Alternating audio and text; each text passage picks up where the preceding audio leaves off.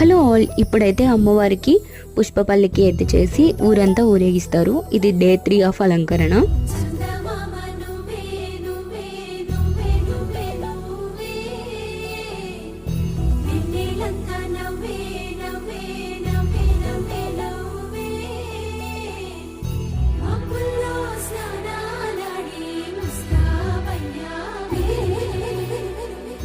ఇంకా మరుసటి రోజు అయితే మళ్ళీ అమ్మవారిని గుడి నుంచి తెచ్చి బయట అయితే పెడతారు గుడి ముందర.